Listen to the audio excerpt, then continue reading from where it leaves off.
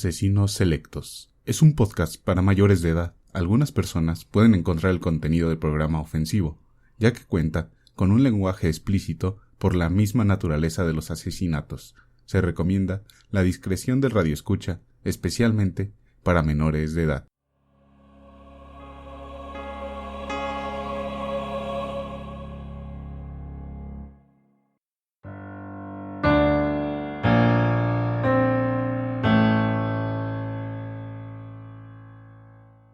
Bienvenidos al 9º episodio de Asesino Selecto.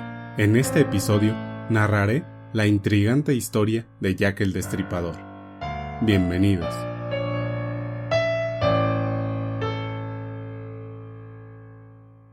Domingo 30 de septiembre de 1888. Catherine Edwards fue encontrada muerta en una calle de la vieja Londres, Inglaterra. La mujer humilde de 46 años y madre de 3 hijos llevaba un tatuaje con las iniciales TC de su primer gran amor, Thomas Conway.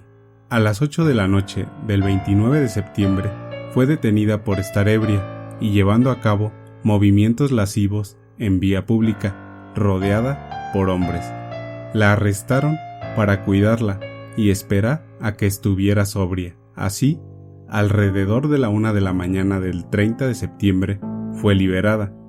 45 minutos después, el policía Edward Watkins la encontró tirada en el suelo, mutilada en un gran charco de sangre, con su ropa levantada por encima de la cintura. El asesino le cortó la garganta, le abrió el pecho y el abdomen, le extirpó el riñón del lado izquierdo y le sacó el útero.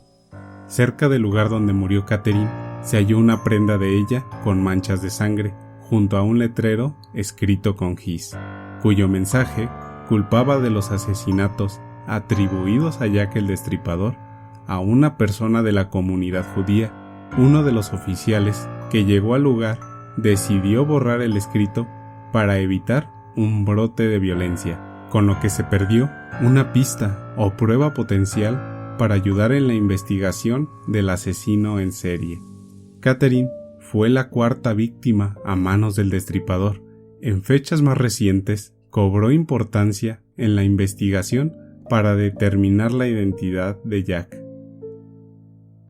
En el 2007, el escritor Russell Edwards logró que el Dr. Jerry Longley, un especialista en genética, obtuviera información del ADN de una prenda de tipo dental o quizá un chal de Catherine Edwards, el cual se encontró con manchas de sangre cerca de la escena del crimen.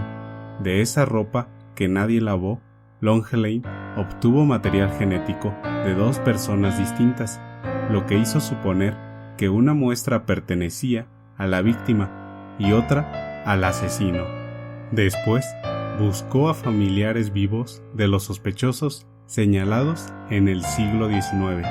Longley dio con Matilda, pariente británica de la hermana de Aaron Kominsky, uno de tantos hombres señalados.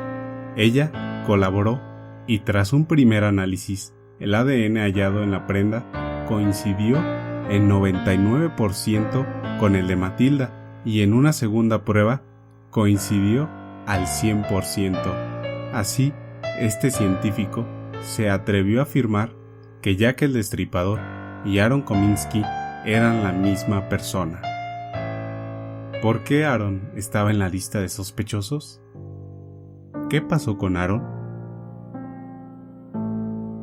En el libro de Russell Edwards, Identificando a Jack el Destripador, se apunta a que de acuerdo con los registros del hospital psiquiátrico al que ingresó Kominsky en 1891, el hombre de origen polaco padecía esquizofrenia, paranoia, alucinaciones y se masturbaba en exceso. Kominsky tenía 23 años cuando se cometieron los 5 asesinatos. Trabajaba como peluquero. Una persona aseguró haberlo visto en una de las escenas del crimen. Esto, más las herramientas que manejaba en su oficio, hicieron que fuera visto con recelo. Sin embargo, nunca hubo una prueba en su contra. ¿Podemos decir con certeza que él era Jack el Destripador? No. Para muchos investigadores y fanáticos de la historia, es un caso sin resolver. Por ejemplo, la doctora de origen español, Amaya Gorostiza, opinó en 2014, después de leer el libro de Russell Edwards, que los análisis del Dr. Longelain presentaron errores de nomenclatura y probabilidades, por lo que ella no los aceptó como válidos. Así, revisemos el expediente del asesino serial por excelencia, el ícono de los crímenes en serie, el principal postulante para asegurar que los crímenes perfectos sí existen. Tengamos precaución, porque vamos a entrar al infierno de Jack.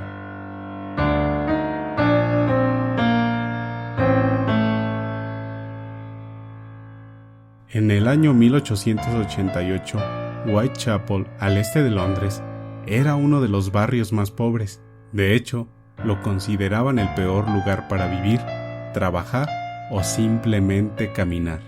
Sus calles estaban casi en tinieblas durante la noche, debido a que las lámparas de gas del vecindario apenas servían como una lúgubre decoración. El olor callejero que producía la combinación de mierda que dejaba el ganado y los desechos humanos que circulaban por un pésimo sistema de drenaje, llegando hasta la vía pública. Vivir en Whitechapel era una muerte lenta. Era como visitar un piso del Averno, poblado por mujeres y hombres, cuyo pecado principal fue haber sido pobres.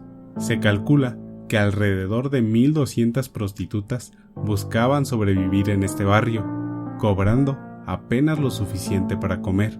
Mujeres a quienes no les quedó de otra más que vender sus cuerpos, exponiéndose a todo tipo de abusos e incluso arriesgándose a morir. No era raro que una prostituta fuera asesinada. Lo extraño era que alguien le diera importancia. No sorprendía que una meretriz terminara sin vida, tampoco que varias de ellas fueran ultimadas con la hazaña que solo un monstruo podría ejercer.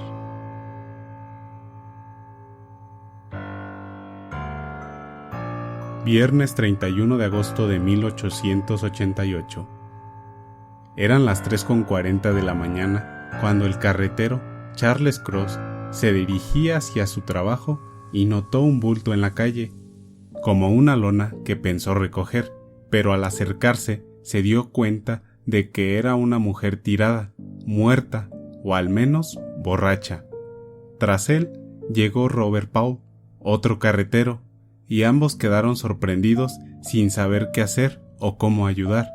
Charles tocó el rostro de la mujer, que estaba acostada con las piernas abiertas y con la falda hasta la cintura.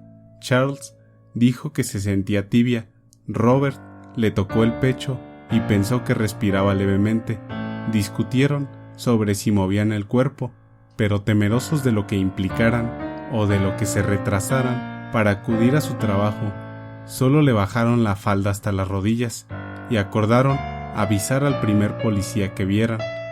Poco tiempo después, llegó a la escena del crimen el policía John Neil, quien pidió ayuda, pero nada se podía hacer.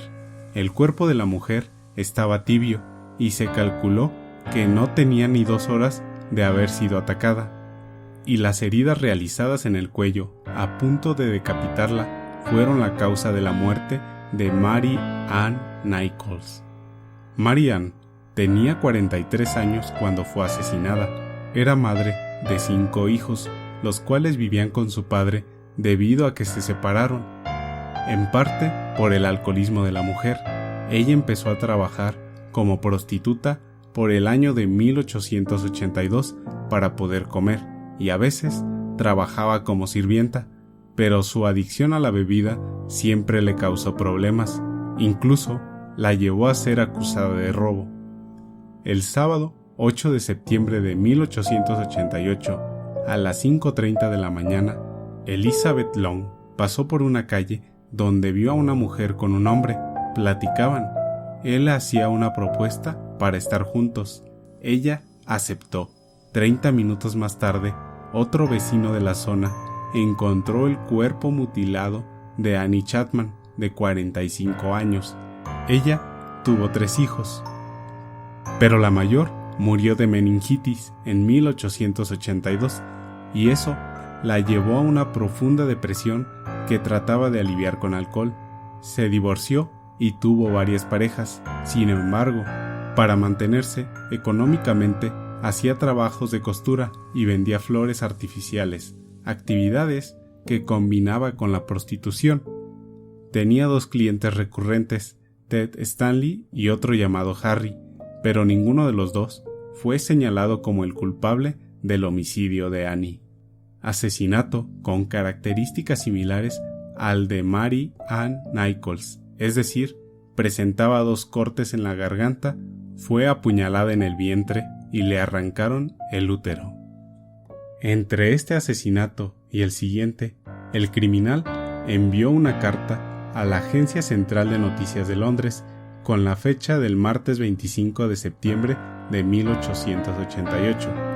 Parte del texto, escrito con tinta roja, decía: «Querido jefe, desde hace días oigo que la policía me ha capturado, pero en realidad todavía no me han encontrado.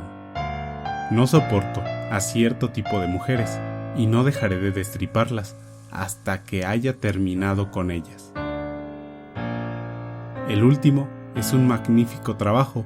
A la dama en cuestión no le dio tiempo de gritar: «Me gusta lo que hago y estoy ansioso de empezar de nuevo.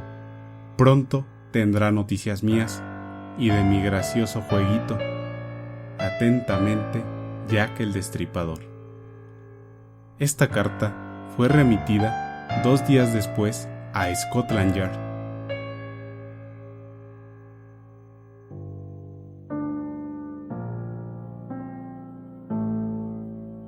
Domingo 30 de septiembre de 1888. Elizabeth Stride fue vista por varias personas en compañía de un hombre. La pareja mantenía arrumacos subidos de tono, pero nada como para ser detenidos por el policía William Smith, quien los observaba. Elizabeth había bebido desde la tarde del día anterior, pues tenía problemas con el alcohol desde 1884, cuando murió su ex esposo. Ella nació en Suecia, donde estaba registrada como prostituta, y varias veces fue admitida en distintos hospitales para tratarse de enfermedades venéreas.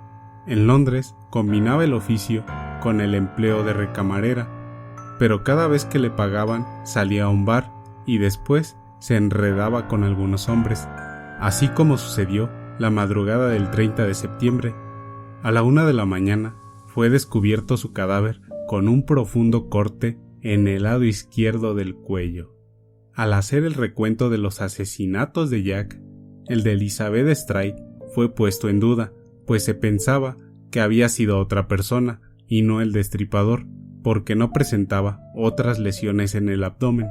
Sin embargo, otros piensan que Elizabeth Stride no fue apuñalada y desmembrada porque el asesino fue interrumpido o sintió que iba a ser descubierto.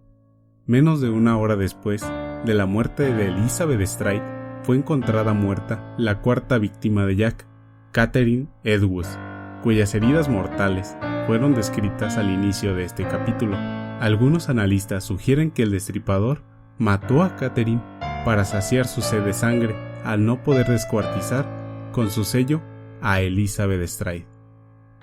El lunes 1 de octubre de 1888, de nuevo llegó una carta, mejor dicho, una postal, a la Agencia Central de Noticias de Londres. Es conocida como la postal Saucy Jack, entre otras cosas. El firmante escribió: «Mañana tendrá noticias sobre el trabajo de Saucy Jack, esta vez un doble evento. La primera de ellas lloró un poco y no terminé. No tuve tiempo para quitarle las orejas para la policía. Atentamente,